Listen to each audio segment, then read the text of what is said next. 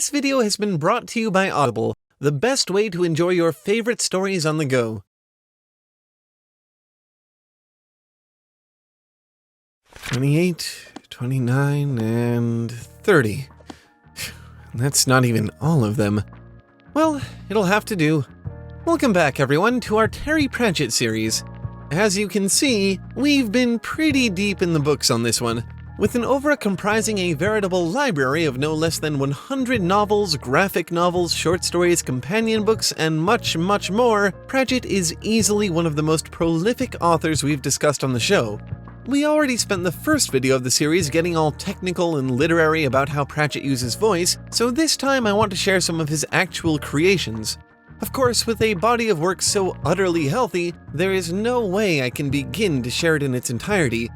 So instead of sharing a list of books, I thought it would be fun to share some of the most interesting characters Pratchett's created.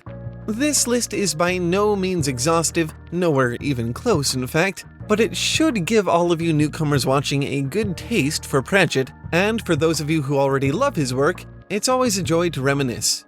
I'll try to avoid as many plot spoilers as possible, but be warned, they may crop up here and there. Oh, and before we get into the list, I think it's important to let all of you know I actually received a follow-up letter from my correspondent already.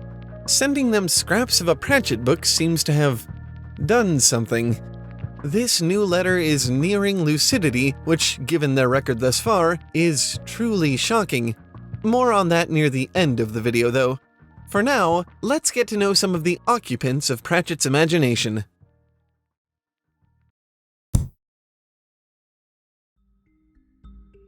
Imagine this. You're 13 years old, you've left your friends and family behind, and made a solitary pilgrimage to a distant island. There, you hope to leave your child soul behind and claim your new grown-up soul on your glorious return home. You've been there on your own for weeks, and now, on the eve of your return, a tsunami sweeps you homeward to shore, annihilating your entire culture in the process. No one is there to welcome you, no one is there to give you your new soul. You are a soulless creature, alone in the world.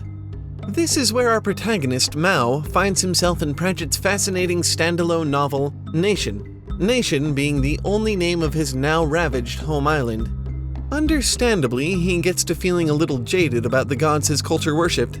They did, in his estimation, let his people die, after all. Nevertheless, he spends a lot of the book following the guidance of the ancestral voice in his mind, the grandfathers, who require him to restore his home to what it once was by writing the god anchors, religious monuments disturbed by the wave. It's a doomed task, and they're never satisfied with his progress. Perhaps the only truly useful piece of advice they give him is that he alone is now Nation. This is important because he ends up making decisions throughout the story in defiance of the grandfathers and their gods. Decisions that involve rescuing a baby and finding a mother pig to nurse it, confronting a shark underwater and screaming a secret word to scare it off, and, among many other things, attempting to outrun the god of death. In the words of his friend Daphne, the book's second protagonist and Mao's best friend, he makes his own soul in the process. If he is Nation, then we get to watch as not only he, but the culture he's going to rebuild in the future, changes.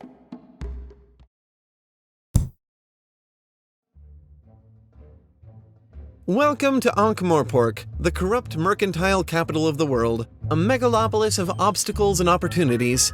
Literally anything can and will happen here, save, it seems, the creation of a genuine system of justice. In fact, the quote-unquote law of Ankh-morpork is so efficient, as long as you're paying your taxes and guild dues, you can count on getting mugged only twice in a calendar year. And of course, like any good business, you can expect a receipt for the transaction, courtesy of the Thieves Guild. In a place where robbery is not only expected but legal, what's a police force to do? Over the course of about 8 novels, the Ankh-morpork City Watch finds the answer to that question.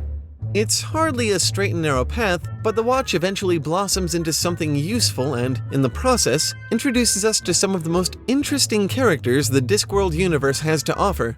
These include a werewolf, a vampire, a troll, and a dwarf, among others, but the core of the watch is mostly made up of its human members. First, and maybe least remarkable of all, we have the ineffectual Sergeant Fred Cullen. Overweight and perpetually on desk jobs, except in the odd case where he guards large buildings and bridges against theft, he's described by Pratchett as one of nature's sergeants. Then there's his best friend, Corporal Nobby-Nobs, who can only really be described as human by a great effort of the imagination. Not necessarily what you would call a good guy, but according to Pratchett, he's only bad in the same way that a weasel is evil. Just don't leave any of your belongings unattended in his presence. Taking a turn for the more competent, we have the formidable Captain Carrot Iron Founderson, a 6'6" muscle-bound human who was raised by dwarves and only realized recently that he is not, in fact, one of them. A bit simple by all counts, but that's certainly not a bad thing. When he showed up, the Watch was actually desperately in need of someone dense enough to believe they could actually make a difference. And with his attitude, strength of character, and strength, they really began to. Finally, we have one of Discworld's most important protagonists, Commander Samuel Vimes. Actually, that title changes quite a lot throughout the books, swinging all the way from Captain Sam Vimes to His Grace, His Excellency, the Duke of Ankh, Commander Sir Samuel Vimes. He's never too happy about it, but this change parallels something deeper in his character. When we first meet him, he's a drunk, cynical, disillusioned mess. The backward morality of the city has kind of ruined him. But really, that's because he's led by a sense of right down at the genetic level. Justice is in Vimes's blood. When he finally starts to understand the threads and wheels by which he can change the city for the better, he seizes the opportunity. Vimes's story is the story of ankh-morpork. Pratchett's even gone so far as to say that it's been difficult for him to set a book in ankh-morpork without it rapidly becoming about the Watch.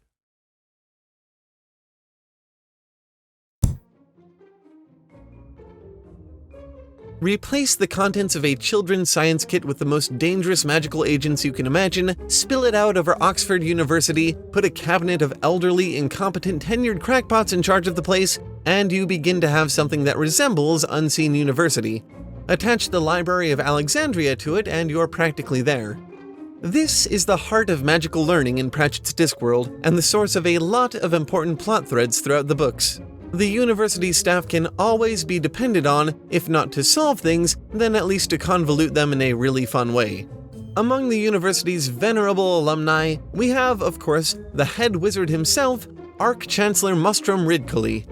Though he speaks at a consistent shout, maintains an incredible resistance to both suggestions and changes of any kind, and manages chronically to misunderstand things in a most sagacious, practical fashion, he is also the first Arch-Chancellor in a number of years to hold his position for any meaningful amount of time without being murdered. This might have something to do with the fact that he's a wizard of the 8th level, which is about as magical as you get without being either a protagonist or a villain. Also among the UU staff, we have an orangutan. That is, the librarian, who was at some point or other ostensibly human. He also has a rare understanding of what the wizards call L-space, that is, library space, which is created by the mystical reality-warping power of books and allows him to appear in certain places at certain times to protect books throughout the Discworld. And then there's Hex. Not a character so much as a building-sized Rube Goldberg machine of a computer. Despite having built it, no one, except maybe Ponder Stibbins, the great nerd, quite knows how it works. This is more than a little troubling, as Hex exhibits obvious signs of intelligence, the least of which is changing and adjusting its own components. As of now, these include but are not limited to an anthill for performing calculations, a beehive for storage, and an aquarium on a spring which serves as a screensaver. And last but certainly not least, well, actually, I don't know whether that can be said about Rincewind. He may be one of the Discworld's most consistent and well-traveled protagonists, but he's also very likely one of the least magical beings on the entire disc. In fact, he's been called the magical equivalent of the number 0, managing, somehow, to achieve negative marks during his time at Unseen University. Really, his main order of the day is just to avoid as much danger as possible, a task which he fails extraordinarily at. According to Pratchett, his continued survival can probably be attributed to the fact that, although he was born with a wizard spirit, he has the body of a long-distance sprinter.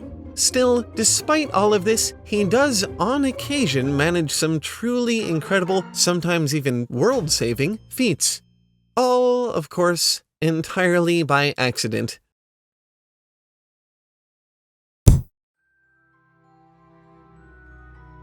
If wizards are the magically learned of Discworld, then witches are the magically competent.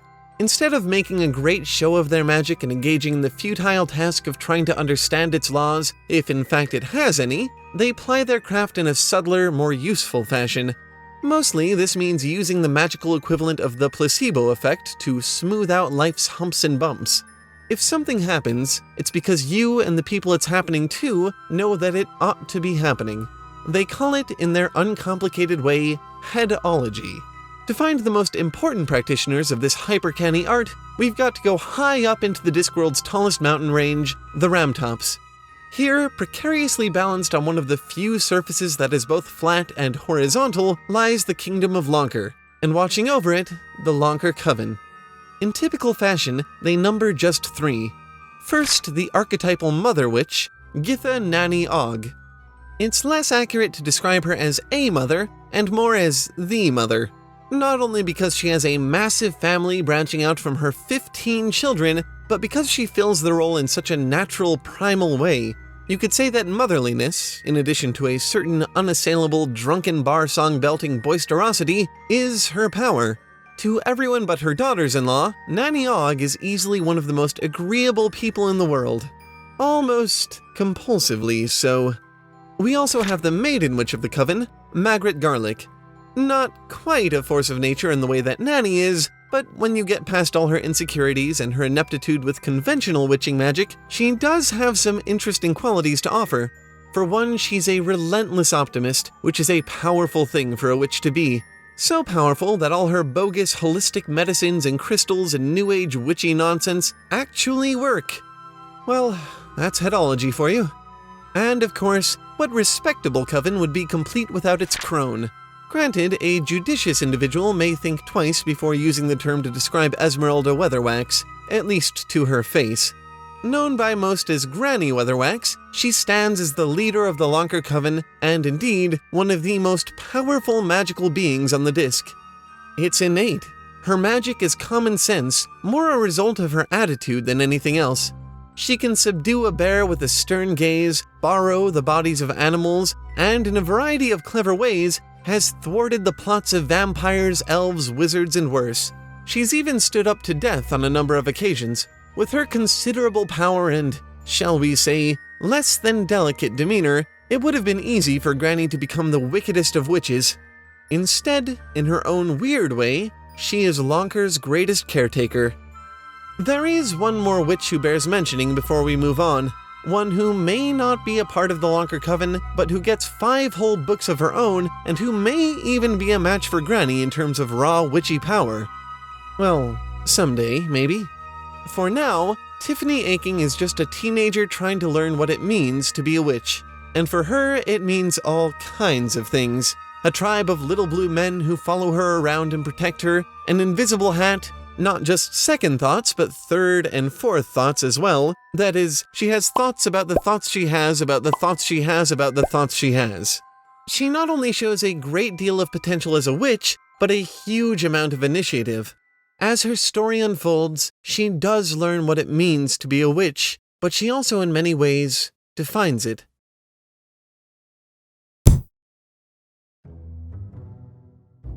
At a glance, the city of Ankh-morpork makes no sense. Home to the lawfully sanctioned thieves and assassins guilds, and even worse, the crackpot-infested time bomb that is Unseen University, the place should have imploded in a dozen different ways a good long time ago.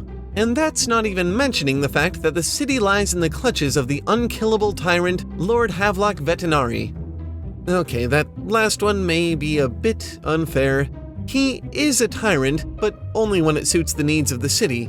He himself almost seems devoid of any power, lust, or vices whatsoever. He controls the city out of a sense of loyalty to it, and very little else. It can be said with little to no exaggeration that Ankh-morpork is likely still standing thanks to his scheming. Despite his shocking benevolence, he doesn't hold the title of patrician because he was voted most likely to succeed during his time in the Assassin's Guild. He does it by ensuring that a reality in which he is patrician is slightly better than one in which he isn't. This means weaving innumerable threads throughout the goings-on of ankh-morpork, staying perpetually 17 complex steps ahead of the game.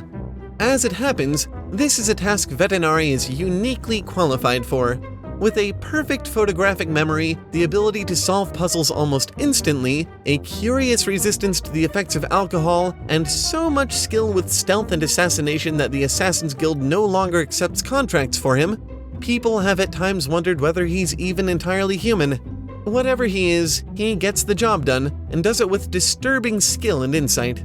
His golden rule is that people want stability more than anything. Quote, "Tomorrow should pretty much resemble today." Even so, he manages to drag ankh-morpork inch by inch, kicking and screaming, toward a better future.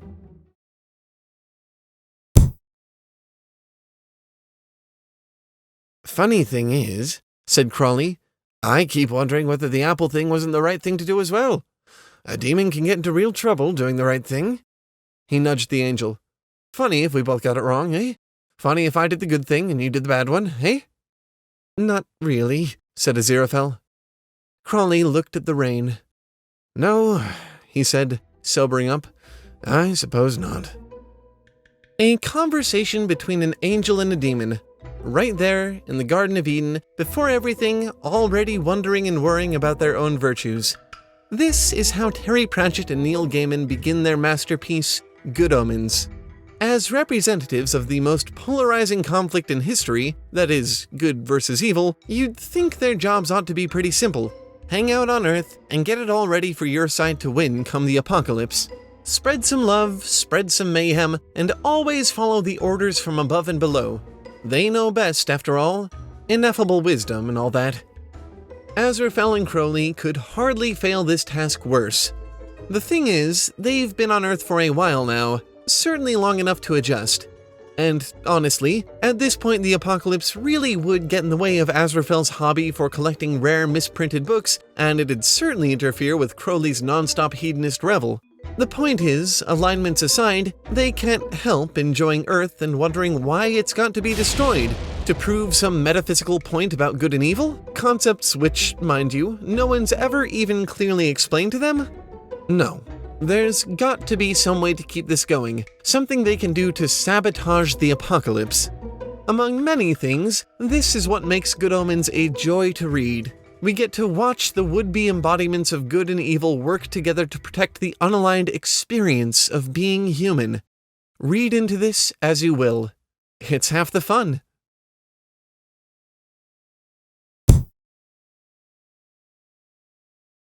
"All right," said Susan. "I'm not stupid. You're saying humans need fantasies to make life bearable." "Really? As if it was some kind of pink pill. No. Humans need fantasy to be human, to be the place where the falling angel meets the rising ape." "Tooth fairies? Hogfathers? Little—" "Yes. As practice. You have to start out learning to believe the little lies." "So we can believe the big ones." "Yes. Justice, mercy, duty, that sort of thing." This, if you can believe it, is the voice of death. At least according to Terry Pratchett, who featured him as a character in almost every Discworld novel he wrote, and maybe even a few others beside. His concept of the Reaper is something special, a strangely optimistic, duty-bound being of immense power and even greater compassion. Pratchett's death is not the aloof harvester of souls we're so used to seeing. In fact, at times he somewhat resents his job, finding small, clever loopholes here and there which allow him to circumvent the natural order of things and let people live. Or at least let them live longer. Mostly, he does his job out of a sense of duty. It is the reason he exists, after all. You see, in Discworld, the power of belief manifests in very tangible ways. If enough people believe in a story about a fairy who goes around collecting the lost teeth of children, you can sure enough bet that kids will start finding money under their pillows that their parents didn't put there. If enough people blame the cosmos for the way their doors get irritatingly stuck on their own contents, a goddess of things that get stuck in drawers is bound to spring out of the ether. And of course, if enough people believe in death, perhaps it's this origin in human creativity that gives death his soft spot for intelligent beings. He's so fascinated with mankind, he emulates them in his spare time, furnishing his metaphysical home with amenities that he'll never have a reason to use. Beds, a toilet with pipes that are solid all the way through, a violin he continuously fails to play. He's also been known, ironically, to protect humanity with a certain zeal. More than once, he combats the scheming of the auditors of reality, for example, who account for all order in the universe and hate the chaos of human imagination. On one particularly memorable occasion, he even takes up the mantle of Hogfather, Discworld's equivalent of Santa Claus, for the holiday just to keep the belief in what it means to mankind alive in the Hogfather's absence. To think of death in this way, not as a malevolent, indifferent force, but as something that comes from mortals and our experiences, something that is in many ways passionately intertwined with our existence, to think of it in this way can prevent us a lot of fear and sorrow. Pratchett himself has received letters from fans with terminal illnesses who hope death turns out to be like the death he wrote about in his books. Who knows? Maybe the concept of death is as beholden to us mortals as we are to the physical process.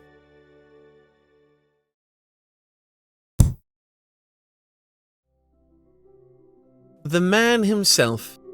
With this kind of thing, you always want to go after the heart of the person, that special thing that drives you to make an entire series of 3 videos based on their work. But for a man who created over 100 works, who has an asteroid and a species of fossilized turtle named after him, who built his own library shelves, grew carnivorous plants in his greenhouse, and picked black mushrooms before the sun had gotten out of bed, who read more books in his lifetime than you've probably ever seen, who was knighted by the Queen of England for services to literature, who made his own sword from mined iron and stardust, and who, in his final years, fought, and I do mean fought, tooth and nail, a rare form of early-onset Alzheimer's. For someone who was, and is, all of these things, where do you aim? Pratchett the man is as prolific in his intrigues as Pratchett the author. A journalist could hardly ask for a broader target.